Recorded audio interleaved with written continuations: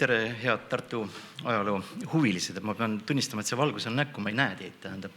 Aga kõigepealt mul on väga hea meel, et ma esinen neljandana ja mitte esimesena, sellepärast et nii mõnedki mõtted, millest ma rääkida olen tahtnud, on täna juba mingit otsapidi kõlanud ja selles mõttes lihtsalt selline ülekordamine või siis ühele aspektile teistmoodi lähenemine on täiesti õigustatud.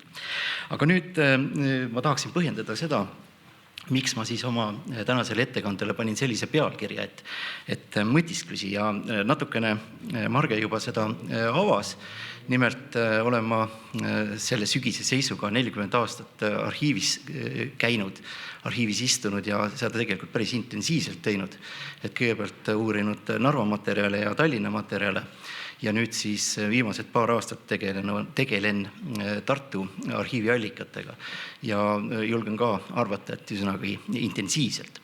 Aga mis on mulle nüüd selma hakanud, on see, et kui Tallinn ja Narva arhiiviallikalises mõttes mingisuguse terviku moodustavad, siis Tartu seda just siis hiliskeskaja ja varauusaja kontekstis arhiiviallikalises mõttes ei ole. Ja on terve rida teemasid, mida üldse näiteks Tartu materjalides ei käsitleta. Ja kui vaadata ja lugeda Tallinna ja Narva allikaid, siis üheks keskseks teemaks, üheks oluliseks teemaks on linna sadam, selle korrashoid, kuidas selle nii-öelda tööjõu rakendamine, laevade vastuvõtt, ärasaatmine, kõik, mis on seotud siis kaubandusega, kauba käibe pealt teenimisega, tollid, muu selline temaatika. Aga lugedes Tartu materjale, sellist sõna nagu sadam ma otseselt kohanud ei olegi. Ma räägin muidugi siin ikkagi varasemas kontekstis, jätame 18-19 sajandi kõrvale. Ja siit siis tulenevalt olen ma tegelikult hakanud mõtisklema selle üle, et milles see probleem on. Sellepärast, et kui Emajõgi, kui selline, tähendab nimeliselt, käib ju nendest allikatest läbi, siis tavaliselt on see ikkagi seotud silla ehitamisega või silla korrashoiuga, remondiga, nii edasi.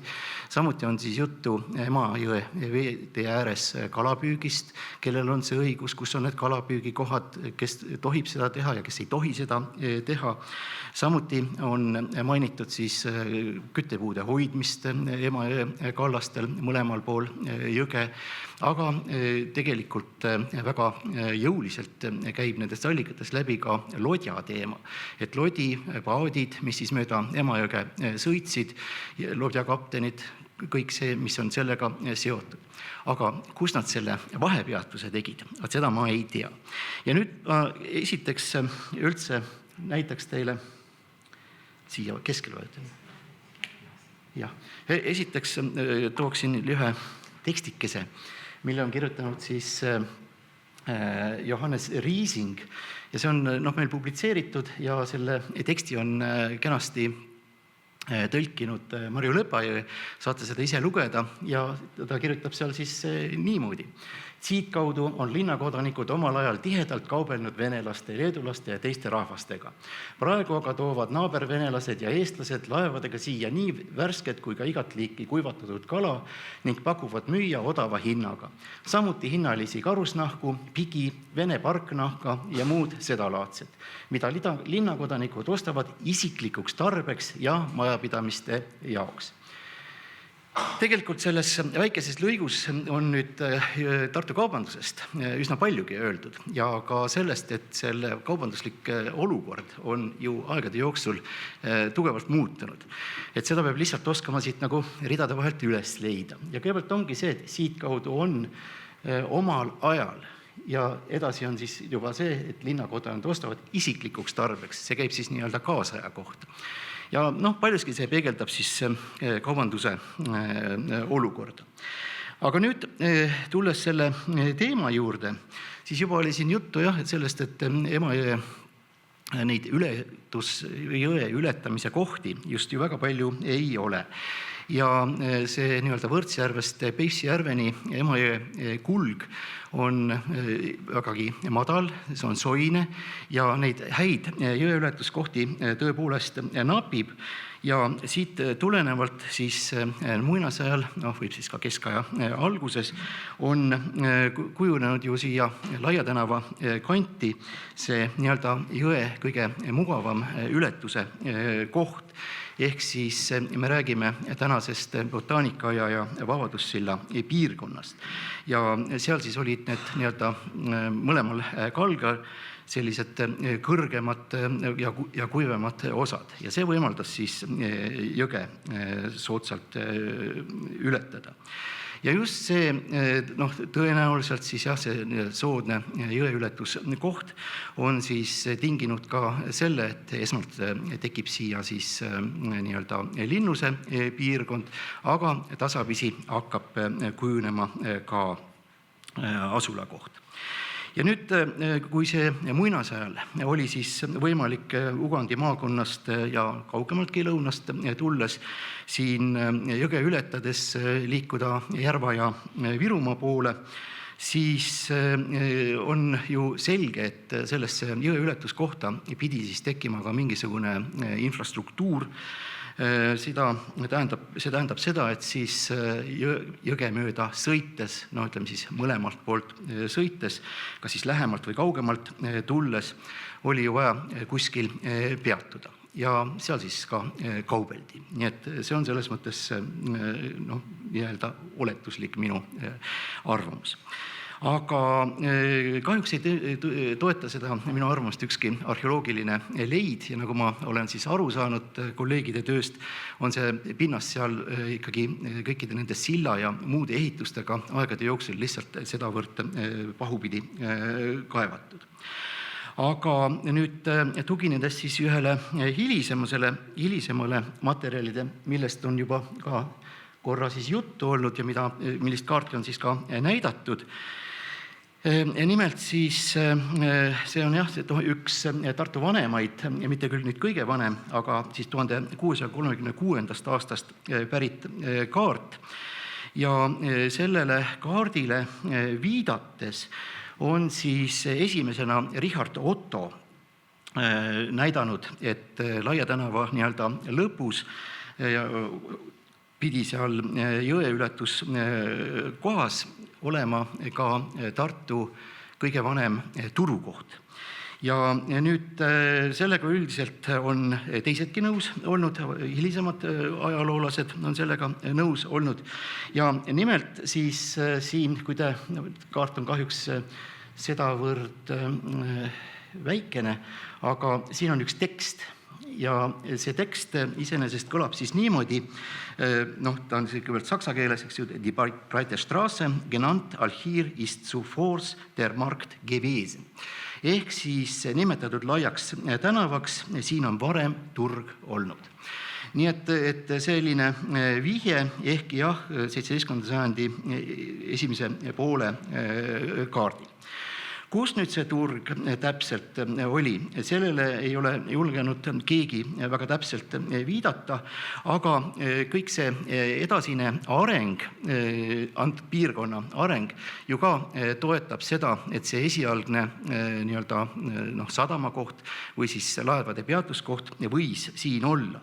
Ja nimelt just selle piirkonna areng, nagu ma ütlesin, kõigepealt me täpselt jälle ei tea, millal siis see Vene värav sinna kujuneb, aga olulised on siis ka see, et selles piirkonnas paiknesid ju 2 õigeusu kirikut.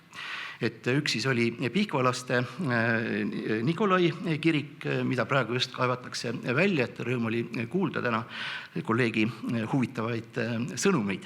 Aga teine on siis see Novgorodlaste Georgi kirik, mis paiknes tänase Botaanikaaia piirkonnas. Ja samuti on siis selles piirkonnas üsna palju venelased peatunud, sellist infot meil on ja nii nagu me teame, 15. sajandi viimasel veerandil hakatakse seda piirkonda nimetama ka Vene otsaks. Vene otsaks. Mis tähtsus sellel on nüüd siis seoses sadamaga? No ma tahaksingi viidata siis sellele, et kõik need Vene kaupmehed, kes siis tulid peaasjalikult Pihkvast, aga ka siis Novgorodist, pidid ju kuskil oma lottidega peatuma, kui nad linna alla tulid. Siin oli neil nii-öelda vastas kaupmehi, siia hakkasid kujunema kindlasti ka mingisugused laohooned, millised me ju ei tea, ja kõikvõimalik siis vajalik tasapisi ju siis sinna ikkagi kujunes. Aga see võimalik sadamakoht seal ei jää ju püsima ja põhjuse oli siis mitu, siin on kirjeldatud seda Tartu linnaruumi kujunemist, uut tänavavõrgustikku just seoses siis selle vallutusega, järgneva järk-järgulise linna kujunemisega. Ja nagu me siis teame, mingil hetkel linna raskuspunkt kaldub ju Suurturu piirkonda ja Suurturu ehk siis Raekoja platsi piirkonda ja kui me nüüd hakkame vaatama, siis siin hakkab välja kujunema nii-öelda uus infrastruktuur, mis on täpselt samamoodi vajalik igasuguse kaubandusliku tegevuse jaoks. Ja siin on siis ühelt poolt siis Suure turu lõpus on siis Karja või mida nimetatakse siis ka Saksa väravaks, tagapool on juba siis olnud siis muud vajalikud hooned, eelkõige siis Raekoja näol. Selle juurde ma tulen veel tagasi. Aga mis on nüüd jälle oluline teada, et siia tegelikult siis sinna Karjavärava vastu või Karjavärava juurde üle jõe tekib ju ka puusild. Ja see puusild tegelikult konkureerib nüüd välja selle nii-öelda tagamise silla, et ühelt poolt me võime siis seda esimest nimetada puusilda nimetada Saksa sillaks ja nii-öelda ülespoole minnes oli Vene sillaks. Ja teada on siis, et 16. sajandi lõpul seda Vene silda enam ei ole, sest et nii nagu siis ka arhiiviallikad viitavad, on diskussioon selle üle, et see sild tuleks taastada, aga selleni ei jõuta. Ei jõuta siis peaasjalikult linnakodanike enda vastuseisu tõttu. Ja jääb siis ikkagi see nii-öelda sild sinna Saksa või Karjavärava juurde.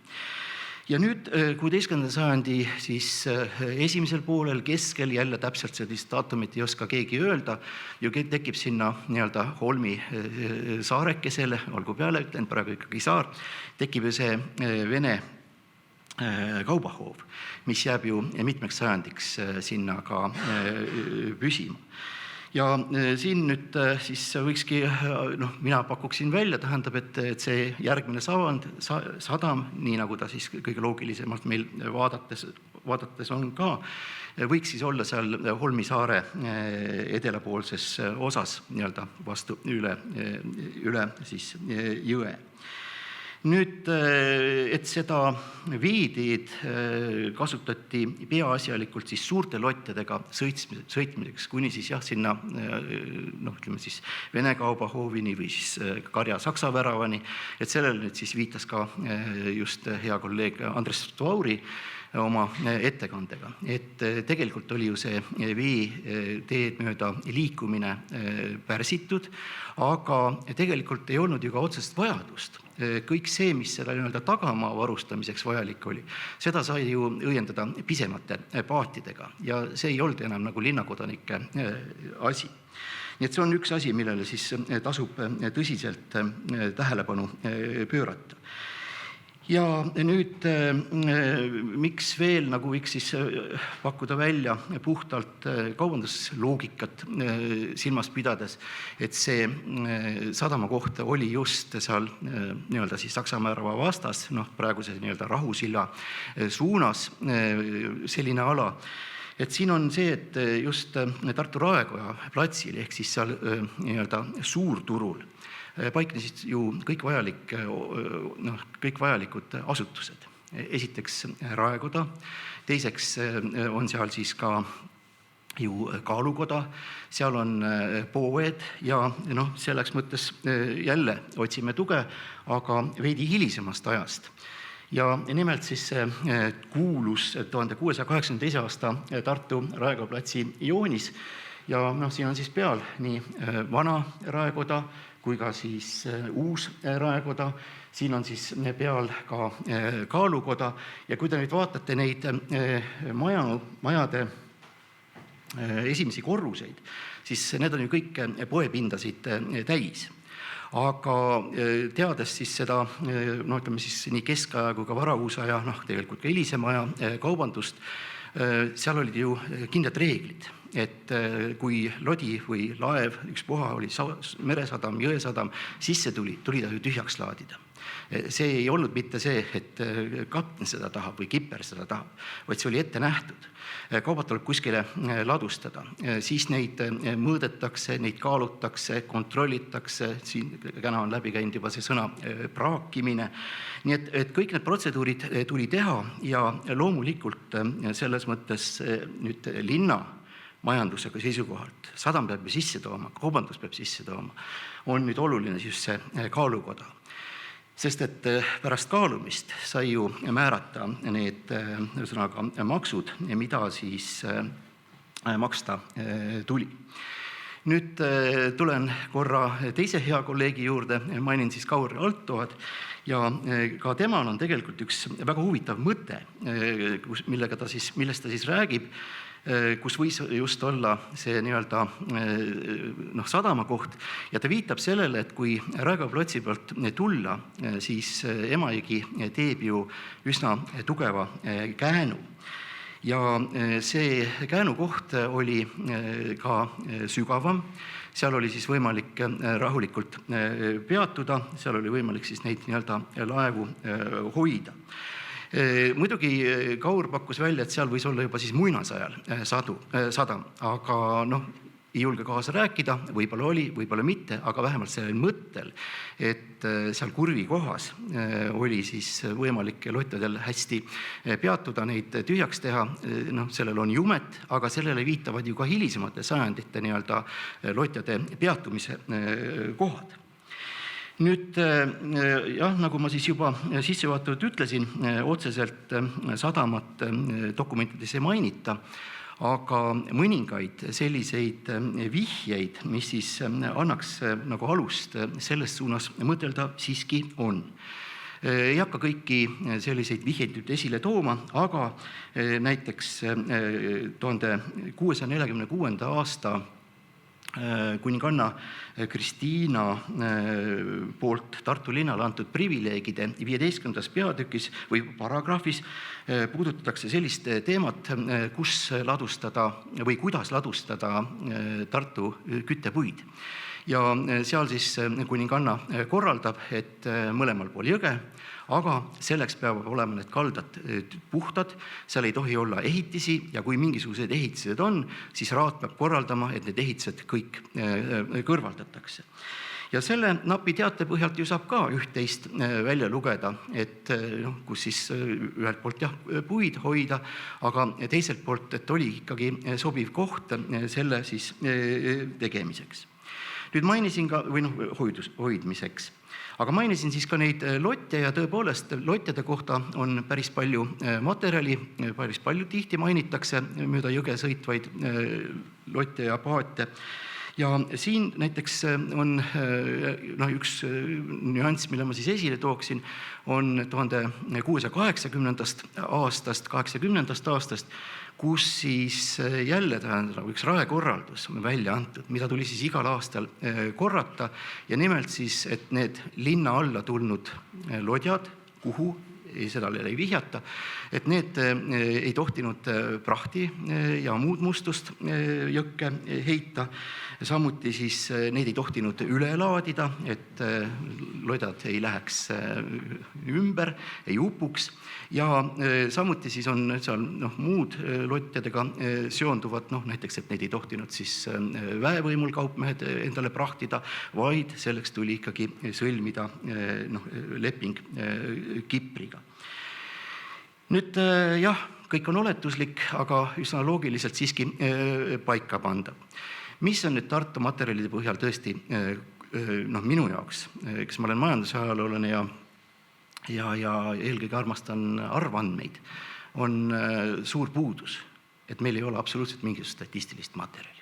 Et me ei tea, kui palju saabus Tartusse ühel või teisel või kolmandal aastal lotte, kui suur oli kaubakäive, kui palju nad sõnaga selle lottidel olevate kaupade pealt tolli maksid. Seda me absoluutselt ei tea.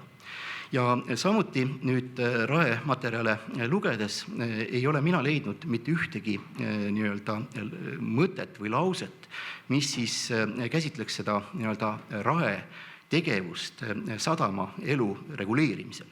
Ja hakates mõtlema, seal on ju tegelikult üsna palju, mida teha. Näiteks ütleme siis sadama süvendamine, kairajatiste rajamine, sõnaga mitmesugused ehitustööd, veetee tähistamine. Me tänagi kuulsime rohelisest poist, aga ka tol korral oli ju väga oluline veetee tähistada, et sa oma lodjaga mitte kuhugi kaldasse ei sõidaks.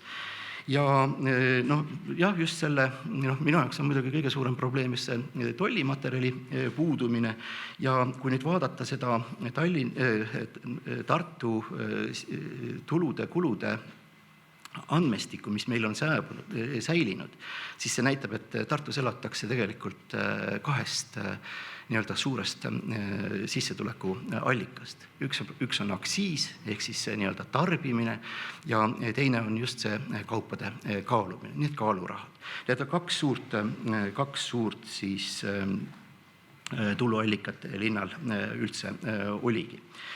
Nüüd veel viitaks siis sellele, et kui vaadata kas siis Tallinna või Narva materjale, seal on terve rida inimesi, kes on seotud sadamatööga. Kas või ütleme, kõige tuntumad on need mündrikud, aga neid oli veelgi ja edasi, kaivahid ja teised, siis Tartu linna teenistujate loendis ei ole mitte ühtegi inimest, kes oleks kuidagigi sadamaga seostatav. Samuti, kui Tallinnas ja Tartus, või Narvas, jaotatakse ära raeameteid, kes mille eest vastutab, millel silma peal hoiab, siis Tartu raeäärade puhul ei ole seda paraku tehtud.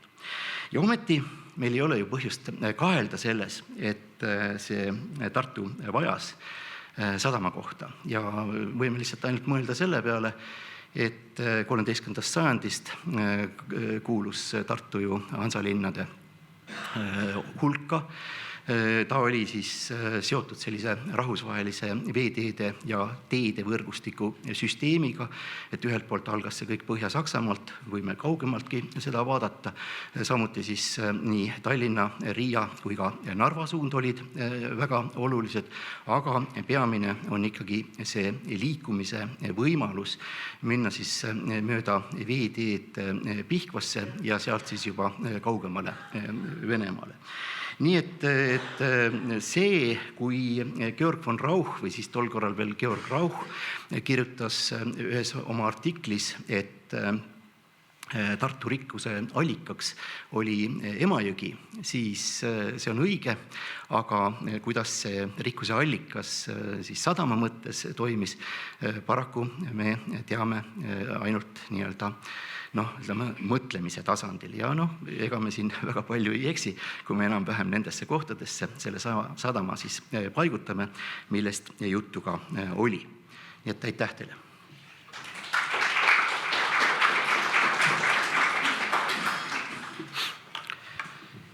Aitäh Ennule väga huvitava ettekande eest ja ma ei jõudnud veel küsidagi, kas on küsimusi, kui üks käsi.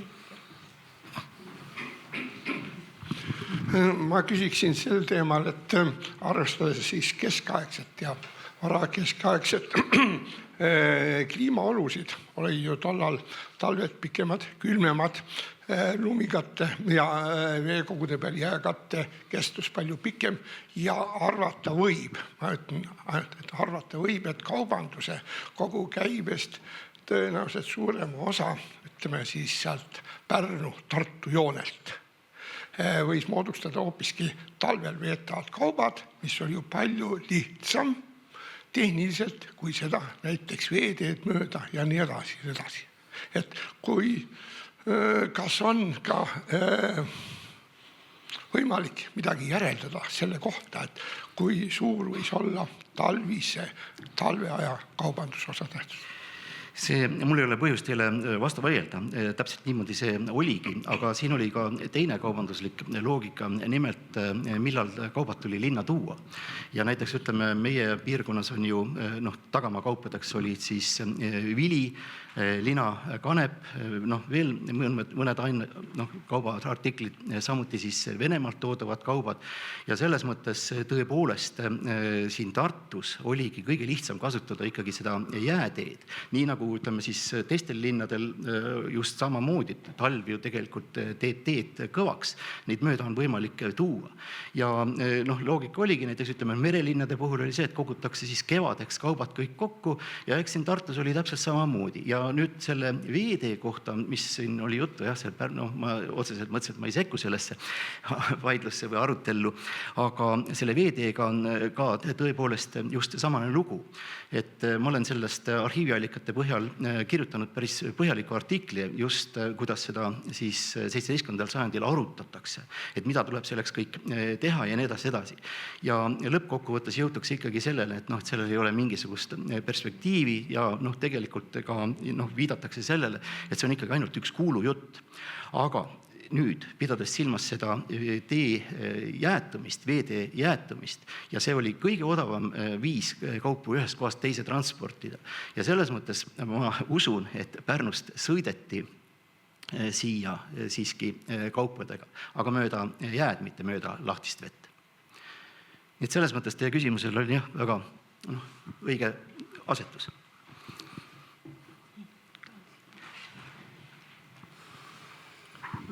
Kui palju mõjutas Tartu kaubandust Emajõel asuvad teised sellised sadamakohad või kindlustused või nii edasi? Ma pean silmas Kärkna, Varbeke ja nii edasi. Kas järgiti nende puhul ka siis Tartus kujunenud reegleid või mindi tihti reeglitest mööda ja olid konfliktid?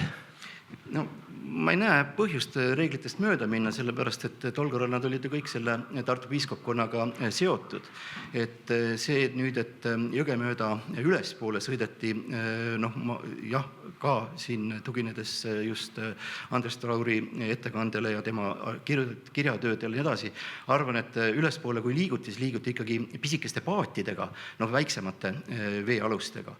Aga nüüd, mis puudutab siis, see on see Kärkna suund, aga nüüd siis näiteks ütleme, see on see Kavastu, eks sõnaga, sinna allapoole minnes, siis need kindlustused olid kõik selle veetee sujuvaks nii-öelda kulgemiseks väga kasulikud. Et just, et ühelt poolt kontrolliti kindlasti, kes seal veetee peal liiguvad, aga teiselt poolt tagatakse see sujuv kaubavoog.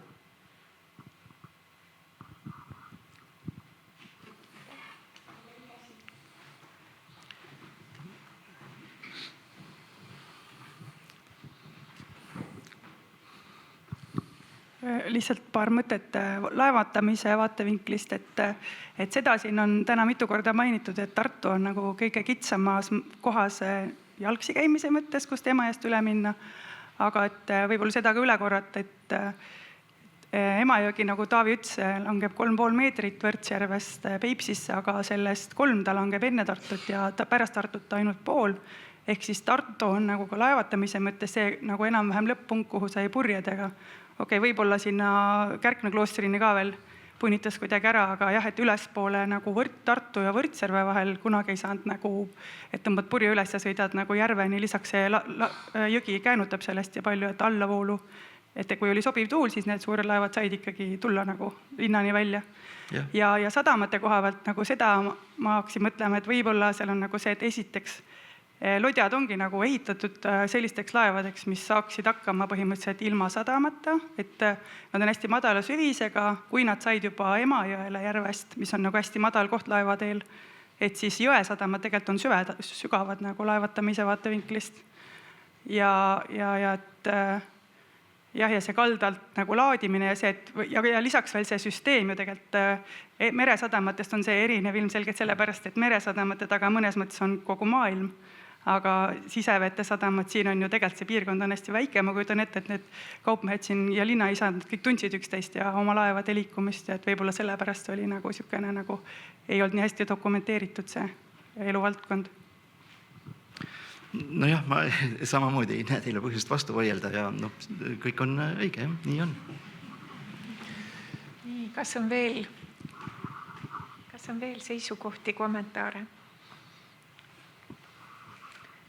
Paistab, et praegu diskussioon peatub. Suur tänu!